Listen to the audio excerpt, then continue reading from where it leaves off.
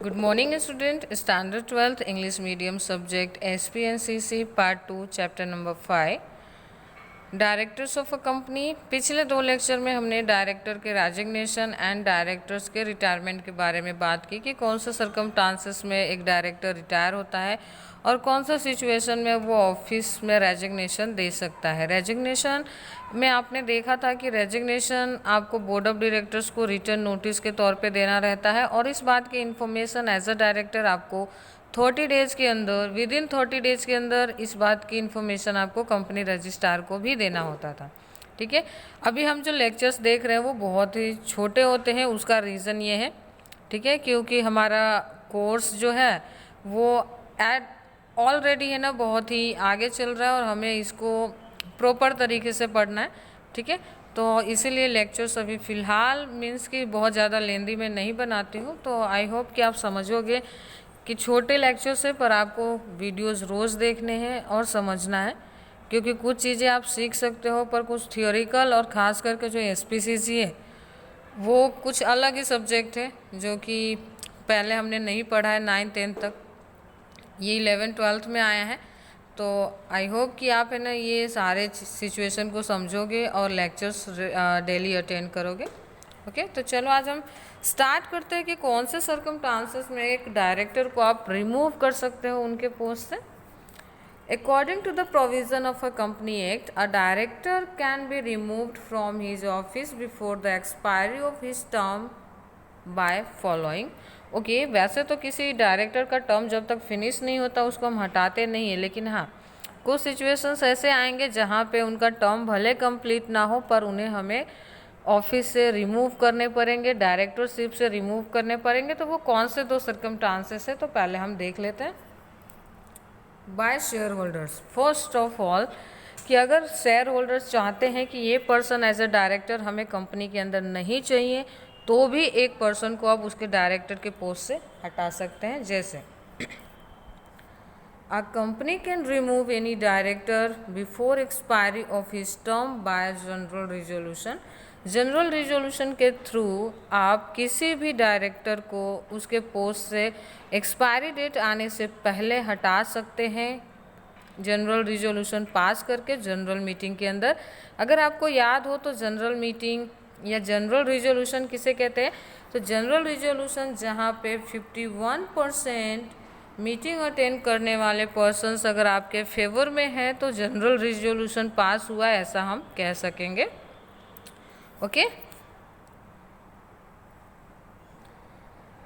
Director appointed by government and tribunal can not remove by share holders. लेकिन आपको याद रखना है कि जो जिन डायरेक्टर्स का जो इलेक्शन है बोर्ड ऑफ डायरेक्टर्स या शेयर होल्डर्स ने किया है उन्हीं को वो हटा सकते हैं।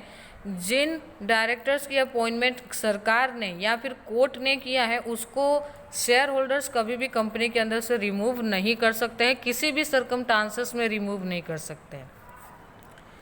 When a special notice is given, it is a duty of a company to give company of that specific notice to be the concerned director. अगर कोई स्पेशल नोटिस आता है किसी डायरेक्टर के लिए तो कंपनी की जिम्मेदारी बन जाती है कि उस नोटिस के बारे में इंफॉर्मेशन उस पर्सन को, उस डायरेक्टर को डेफिनेटली होनी चाहिए जिसके बारे में वो नोटिस आई है या जिसके कंसर्न में वो नोटिस है। Before removal such a director should be given a reasonable opportunity to the hearted and to be the represented।